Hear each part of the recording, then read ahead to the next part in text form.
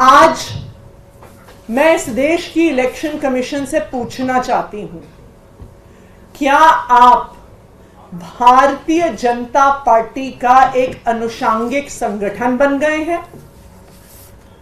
जब enforcement directorate model code of conduct लगने के बाद एक सिटिंग चीफ मिनिस्टर, एक ऑपोजिशन के प्रमुख चेहरे, देश की 6 नेशनल पार्टीज में से एक के नेशनल कन्वीनर को गिरफ्तार करती है, तो क्या इलेक्शन कमीशन ईडी को नोटिस भेजती है?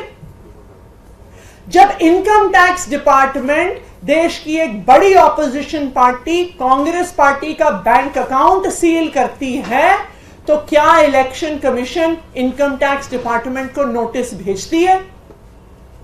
जब income tax department CPI CPM को बरसों पुरानी उनकी फाइलिंग के बारे में, उनकी रिटर्न्स के बारे में चुनाव की घोषणा के बाद नोटिस भेजती है, तो क्या इलेक्शन कमीशन केंद्र सरकार की इनकम टैक्स डिपार्टमेंट को नोटिस भेजती है? इलेक्शन कमीशन ऑफ इंडिया की आंखों के सामने केंद्र सरकार, भारतीय जनता पार्टी शासित केंद्र सरकार सीबीआई का, ईडी का, इनकम टैक्स डिपार्टमेंट का खुलेआम मिसयूज कर रही है इलेक्शन से पहले।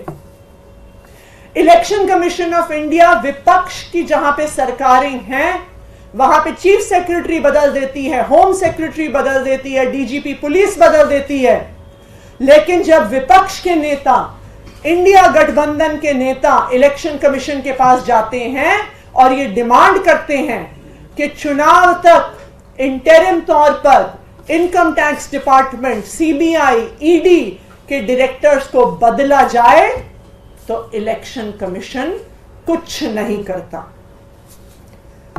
चुनाव की घोषणा के बाद इनकम टैक्स डिपार्टमेंट आम आदमी पार्टी के विधायक और नेता गुलाब सिंह के घर पर रेड करती है। आम आदमी पार्टी उसकी शिकायत करती है। आम आदमी पार्टी मिलने का टाइम मांगती है। इलेक्शन कमीशन कोई एक्शन नहीं लेता, लेकिन जब भारतीय जनता पार्टी कंप्लेंट करती है, तो 12 घंटे के अंदर अंदर इलेक्शन कमीशन नोटिस भी भेजती है। नोटिस भेजने से पहले भारतीय जनता पार्टी को रिपोर्ट भी करती है, खबर भी चलवाती है। तो आज ये देश के लिए चिंता का विषय है कि इलेक्शन कमीशन ऑफ इंडिया, जिसकी जिम्मेदारी है नॉन पार्टिजन होना, जिसकी जिम्मेदारी है फ्री एंड फेयर इलेक्शन करवाना, जिसकी जिम्मेदारी है लेवल प्लेइंग फील्ड देना, आज उस इलेक्शन कमीशन की न्यूट्रलिटी पर सवाल उठ रहा है। हमने देख लिया कि किस तरह से इस देश की बड़ी बड़ी एजेंसीज भारतीय जनता पार्टी की केंद्र सरकार के सामने नतमस्तक हो गई हैं। चाहे वो सीबीआई हो, चाहे वो ईडी हो, चाहे वो इनकम टैक्स डिपार्टमेंट हो, चाहे वो स्टेट बैंक ऑफ इंडिया हो,